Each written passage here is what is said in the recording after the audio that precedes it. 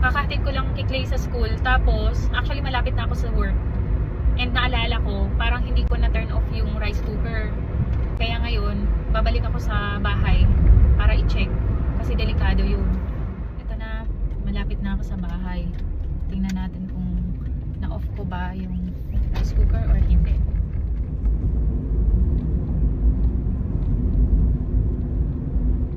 So, andito na ako sa bahay ngayon para check na natin kung naiwan ko ba talaga yung rice cooker na bukas. Check natin kung...